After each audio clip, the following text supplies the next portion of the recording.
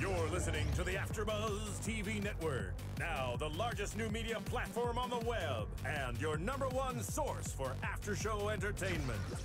Very good, Keith. Johnson.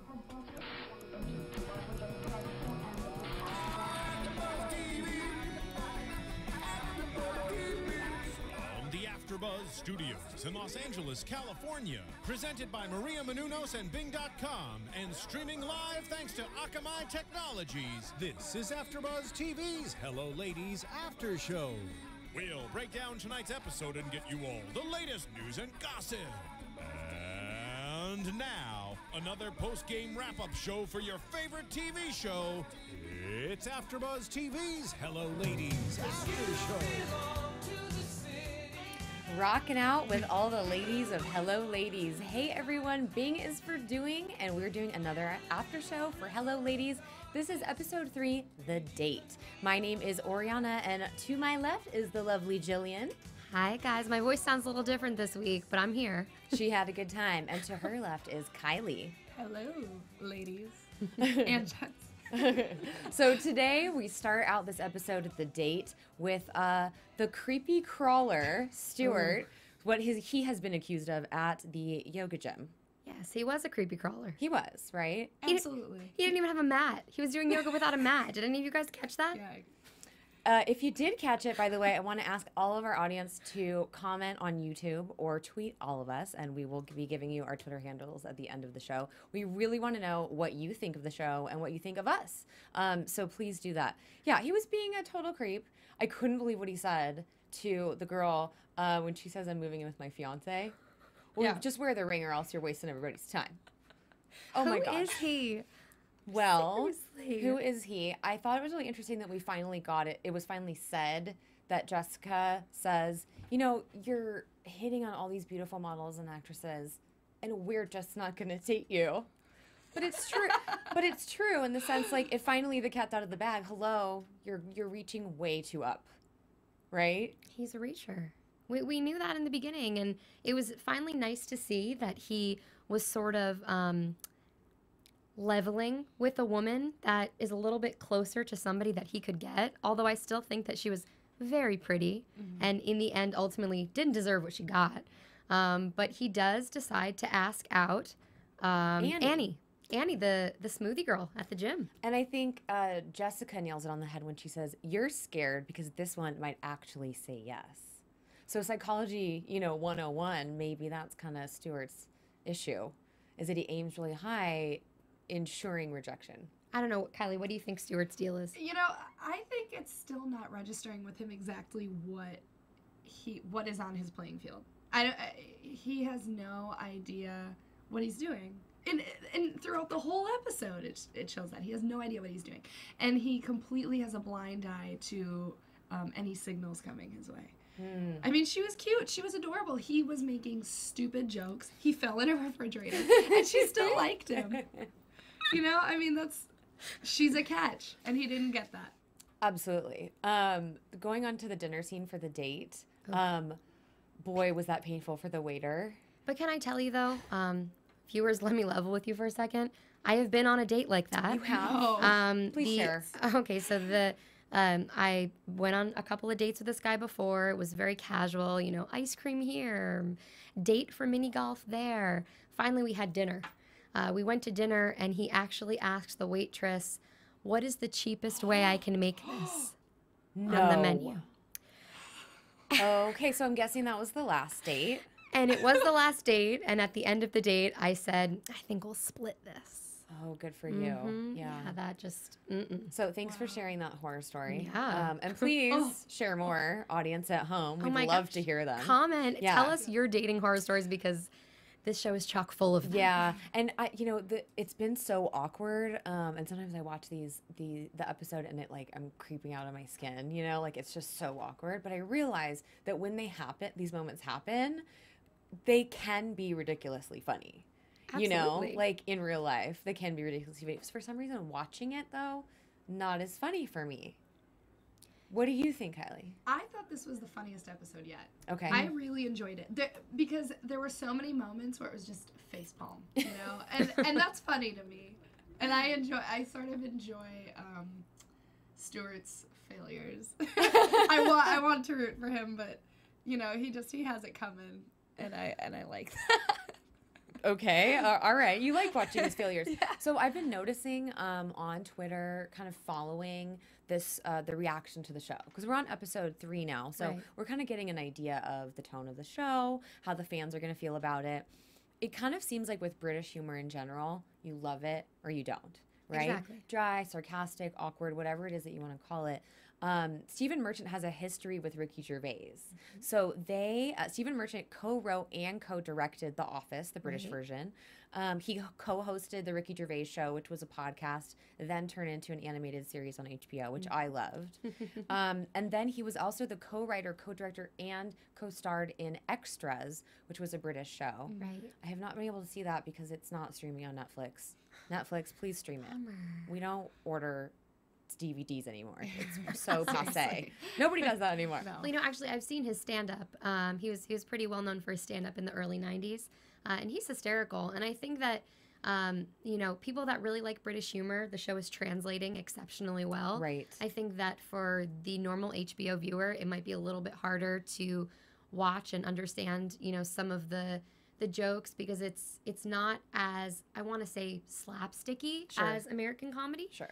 But it does have its moments that it infuses American comedy into it, and I think that when you bring the British and American together, it's just like magic, and they were magic moments in this episode. I think that's a great point. I love British humor, and I tend to like hardcore British humor. So I think it's interesting to say that they're blending American and British, and it's almost coming up with a new genre. Exactly. I think that's a big compliment, I think, to Stephen Merchant. It is.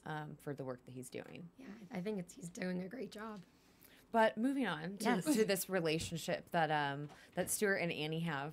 So they, as we all know, the downward spiral that that happens when you really actually like somebody in the very beginning, and you're texting them, and I don't know who came up with the 3-date rule or 3-day rule, but it's stupid. It's so stupid. For everyone out there, especially if you're a guy and you think that that's the right thing to do, don't do it.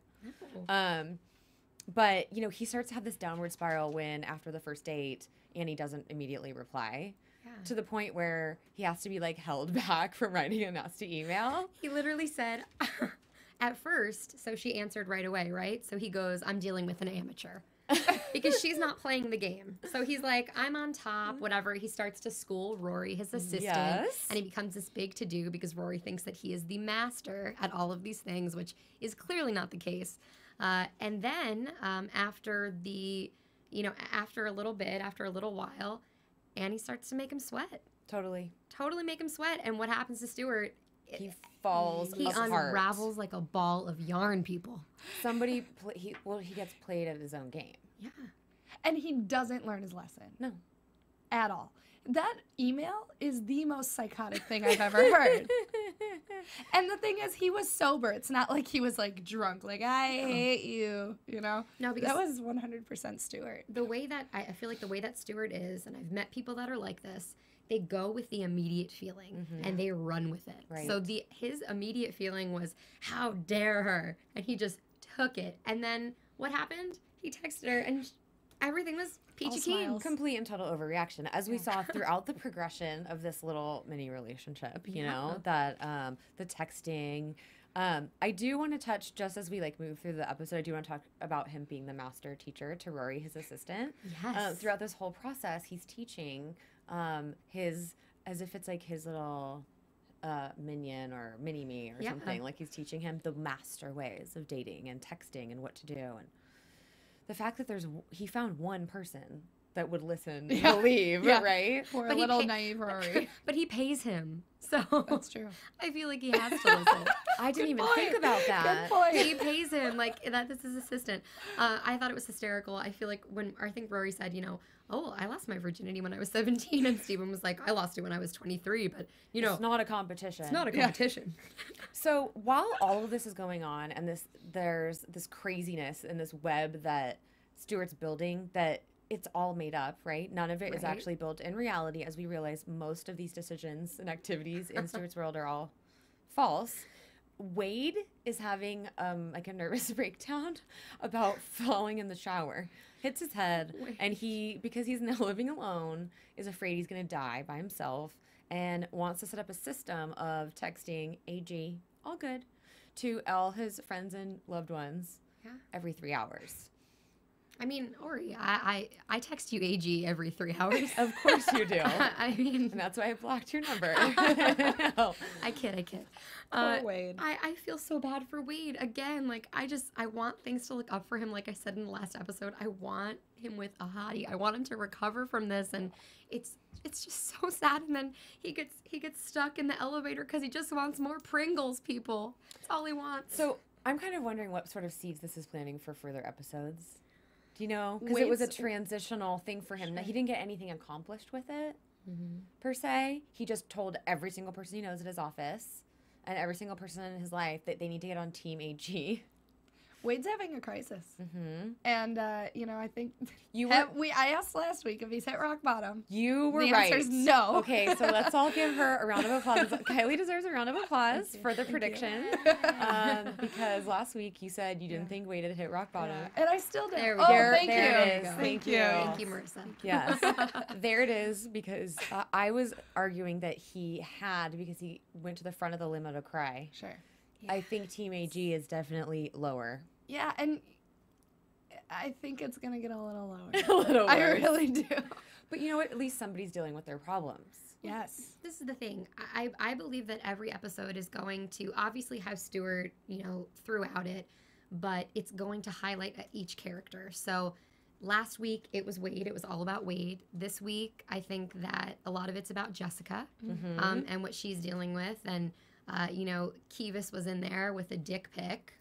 That was great. Thank you. Shockingly for got that. full frontal picture on that. There was nothing hidden there. There was all no the cards pubes on the table. there. Yeah. So, did anyone notice that? That was like a very manscaped. I just looked Jillian at it liked and I it. immediately was like, oh, it's Kivas. Oh, it's Kivas. Whoa. Oh my God. Well, I want everyone at home to know that we will be having Kivas and the man who plays, what is his name? I'm sorry, I have forgotten. But he is going to be in our studio, I think, for episode 6. He is. So stay tuned. We will be having him as a guest star in our studio. Yeah, he's going to co-host with us. Yes, he is. But yeah, as this gets, I wanted to say something too, that Rory was the only one that noticed that Wade was missing. That he said, I haven't gotten an AG text in hours, and it's killing me. And Stuart doesn't, granted, Stuart's in an awful position, but Stuart doesn't care. Right. And for the first time we see Stuart, he goes, can I be honest? To Annie when he's, spying on her in the bushes, which is extremely creepy. Yep. I've had that happen to me too, by the way. Lord. Yes. I had someone peep on me through my windows at an apartment complex in San Diego, and I found out it was my neighbor. I called the police, and he had a really great story about the reason he was wearing all black was because he was listening to Pantera, and that he was just in the alley looking for something that he lost that happened to be right outside my window when I was changing. That is unreal. Okay, so this is Aaron and please, 2.0. yeah, please. I would love to hear your horror Hello Ladies stories. Awkward. Are you kidding? And I had to see this guy like every day afterwards. Well, Annie didn't call the cops. It was just that Stuart was just a dick. Yeah. And I was really, really rooting for him when he was honest with her. Yes. And he said, you know what? I saw you were texting someone named Alex, excuse me, and I got a little jealous. I was like, yes. He told the truth. Yeah. And then again, he ruins it for himself when he finds out that the friends at the house is not Alex, and he gets jealous. Well, he assumes, and we all know what happens when you assume. That's right. If you've ever taken spelling. And then in addition, he has this moment of, I looked at your phone, right? Mm-hmm. There were 2 major sins during that date. They were phone etiquette sins, right? They were. Number 1, don't text on a date. Yes. Don't check your phone. If you want to impress someone on a date, my boyfriend, he got me, I fell in love with him because he left his phone in the car on every single date. I couldn't believe that I couldn't believe it. Yeah. I'd never seen anything like it. He opened the door for me. He put the phone in the car. He made a reservation. Hallelujah, right? Do you know? The anti-Stuart. You can actually also impress somebody on a date by doing something that we all can do, and it's by renting a movie at home having a nice movie night. And we have a great movie that we can recommend, The Adventures of Serial Buddies. It is a movie that our executive producers, Kevin Undergaro and Maria Menounos, produced. Maria stars in it. Kathy Lee Gifford is in it. Beth Bears from Two Broke Girls is in it. It's awesome. It is Dexter meets Dumb and Dumber. It is serial killer comedy. And if you want to laugh, you can find it on Netflix and iTunes. And we want you to buy it because we're here every night for free. And if you want to keep us here, we want you to buy the movie because it's hysterical and we've all seen it. And I recommend it for a date night. Grab a pizza, a bottle of wine, rent Serial Buddies. Let's get back. Well, also, you can claim on your date that you're being charitable. Oh. Because this is, like, it's essentially, I'm not sure I'm going to claim that it's tax deductible, but what I am going to say is that if you love us, you're supporting us at AfterBuzz by doing that. So you can tell your date that you do give to charity because you bought Serial Buddies. So that's just a feather to put in your head. So thank you. Now back. Yes, now back. Now back to what was I? Was I You're talking about how, you know, the way to win a girl over is by leaving your phone in the car on a date. And so, you know, she commits the first cardinal sin, right? She should have, especially if her brother really has leukemia, she'd be say, excuse me, I'm having a really bad day. I'm going to go talk to my brother. Right? Yeah, to be fair, I mean, I agree with Stuart. She was not being a good date. Nope. And he had valid reasons to question it. Yep. Whether or not he handled it properly is another. And that's situation. the worst, you know, when you really like someone and you just read into everything. Yeah. Every single thing, every text, every like strand of hair is somehow personal to you, as if the world's gonna end, or every little thing means something. And it usually doesn't like mean anything at all. But poor Stuart has finally found someone that he likes, and now he's going down this crazy spiral. But what's interesting is that we have at the very same time Jessica is going down this kind of this spiral of shame. Neither of them has any real self-confidence. And we look at Jessica and we realize that going to acting class and running into, what's her name? She was... it was Amelia Gordon. Amelia Gordon. Ew. Didn't like her very much. She was really putting her down. Yeah, she when she walked in to the acting class and she talked to Amelia, she was trying to she dropped avoid names. her. Did you notice she was trying to avoid her? Who was avoiding who? Jessica was trying to avoid Amelia. She was running away, and then she was, Jessica, the fake, right? The fake smile and everything. They're both so fake with each other. But then the name dropping. Yeah, that's what. Yeah. Living in an outhouse. I mean, come on, how cruel can you possibly be? You know, some people just can't. Even though, no matter how successful you are, some people just still have to put others down. Sure. And, you know, like Amelia said, she was shooting a DiCaprio movie. And obviously she had to name drop. She had to rub it in her face because clearly she knows that Jess has been out of work. We find out that she is sleeping with her agent this whole time. Not smart. What? Not smart, Jessica. You're sleeping with him and he still won't book you auditions? Like, sad story. Yeah. I know. And so you're like, oh, wow. So her self-worth is even lower than we thought. Yeah. And then it's not just Hollywood. One of my big pet peeves too is women cutting down women. Like, there's a boys club and they got their backs, but where's the girls club? There's no girls club. No. Girls are always taking each other down, and that's why we're not ruling the world right now, because we're not supporting each other. There's too many claws. Right. And so these claws come out in the acting class, and unfortunately Jessica does not have the confidence to be able to go, actually, I'm really happy. And you know, I noticed too, so we always talk about how Stuart is sort of reaching with women. You know, Jessica is reaching with parts. She doesn't realize what her type is. Great point. And that's, you know, they are nothing, they are one and the same, which it's just a different level of similarities. And I noticed it, you know, she thinks that she can play, you know, in her 20s, which is clearly delusional. She's delusional. She's not accepting it. She's not accepting that she needs to be going for certain parts, and that if she can make $50 grand off a Tampax commercial, girl, go for it. But her ego, her pride, just you hit the nail on the head. That her and Stuart are essentially the same person, but their issues are coming out in different ways. So he's got a ladies problem. She's got sort of an ego career problem. Yeah.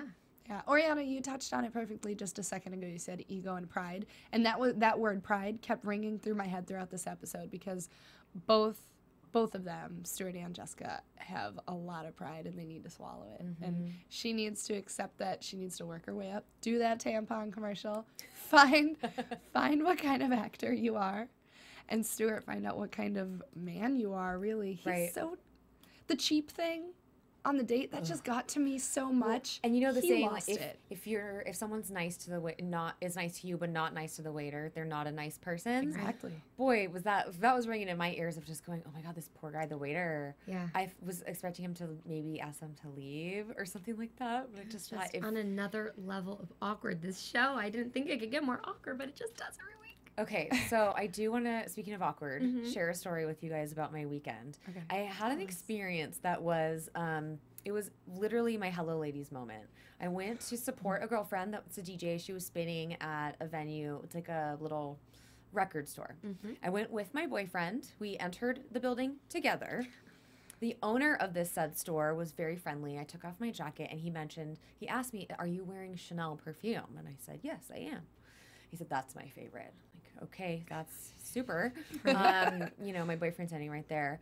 Long story short, you know, he's a goofy guy. Didn't really pick up that he might have been hitting on me or flirting with me. But I found a Richard Branson autobiography that I thought would make a great gift for my boyfriend.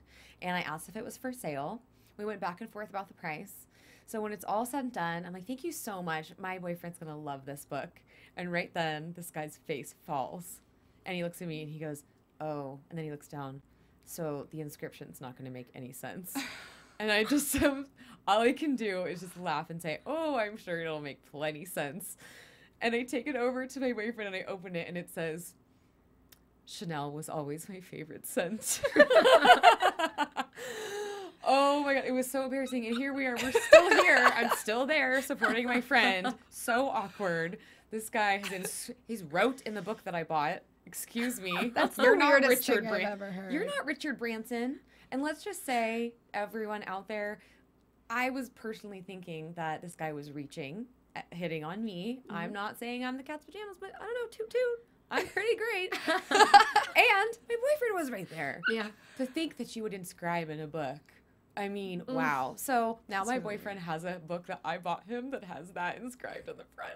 Hello, ladies. So awkward. He needs to start wearing Chanel then. Yeah, I think so too. So these moments happen all the time. I think this show and being on this great after show is helping me realize how truly hysterical they are. Yeah. Instead of getting angry or getting annoyed, to just laugh at this person has not done much inward reflection lately. Okay, that they could misconstrue the situation so much. Well, a lot of amazing moments happen on this week's show, but do we have any predictions for next week? Great question. Ooh. Well, I predict that. Just slow your roll, Oriana. She's really excited. You guys, I got my B12 vitamin injections yesterday, so I'm just like, woo! It's really, really great. Go vitamins. for it, girlfriend. You're up. Vitamins are good. Wade is going down the diet. I'm on the Kylie's bandwagon right now. Wade's on the downward spiral, and unfortunately, so is everyone else except for Kivas. Kivas got it going on, I guess. Everything's functional, and we know it looks okay. But Wade's going downhill. I mean, he's afraid of his mortality. He's going to die. He's alone, right? Yeah. We've got Jessica, who her self-esteem, self-worth, and her image, is going down the toilet. And Steven is also completely unawares. It's going to continue. You guys can probably be more specific. So in this episode, again, we see the billboard woman pop up at the end. Oh, yes. I think she's going to be making an appearance in the next episode, maybe in person. I think that something is going to happen with this lady. I mean, he is like hell-bent on this dream woman that he sees when he drives home every day. And I'm waiting for it to come full circle, and I hope that it happens in the next episode. Also, I hope that Jessica books the tampon commercial because I really want to be there. Be great? Yeah, I really want to see that on-set moment. I would love for her to book it and have it go national, and everyone would see her face for Tampax, but then she'd make money. Yeah. What about you? Wow, guys, what are those vitamins you're taking? I really want to see something happen between Stuart and Jessica. I probably won't happen the next episode, but I feel like they're gonna come to a point where they're gonna lean on each other they're gonna realize that they're both in a crappy place, and that they are the same person. And maybe that'll work, maybe that won't work, but I'd like to see that develop. Okay, and we want to remind everyone that's listening, thank you so much for downloading or watching us on YouTube, but please download our podcast on iTunes. It's free. Tell your friends, tell your family, and rate us. We love 5 stars. I mean, be honest, if you think we're crappy, tell us. We want to be better, but we appreciate those high stars. It helps us get rankings and ratings and helps us do our job better here at AfterBuzz TV. So I'm actually not going to be here next weekend. I have birthday party that I've got to attend for my beloved. Hold down the fort. But you know what? It's going to be an amazing episode nonetheless. Now, tell the people, my friend Jillian, where they can find you. You can find me on Twitter at Jillian Leff or on my website, jillianleff.com. And Kylie. Yeah, you can find me on Twitter at the Kylie Hodges or my website, kyliehodges.com. You guys are so special with your websites, with your own name. So I'm going to transition with my website, so I'm just going to plug the crap out of my other stuff. My name's Oriana Leo, and on Twitter, you can find me at Miss Oriana Leo. Instagram, it's at Oriana Leo, and Facebook.com/Oriana Leo Official. Ooh. Super official. And that's our after show for Hello Ladies, Episode 3, The Date. From Bing.com, executive producers Maria Menounos, Kevin Undergaro, Phil Svitek, and the entire AfterBuzz TV staff, we would like to thank you for listening to the AfterBuzz TV network. To watch or listen to other after shows and post comments or questions, be sure to visit AfterBuzzTV.com. I'm Sir Richard Wentworth, and this has been a presentation of AfterBuzz TV. Buzz you later. The views expressed herein are those of the hosts only and do not necessarily reflect the views of AfterBuzz TV or its owners or principals.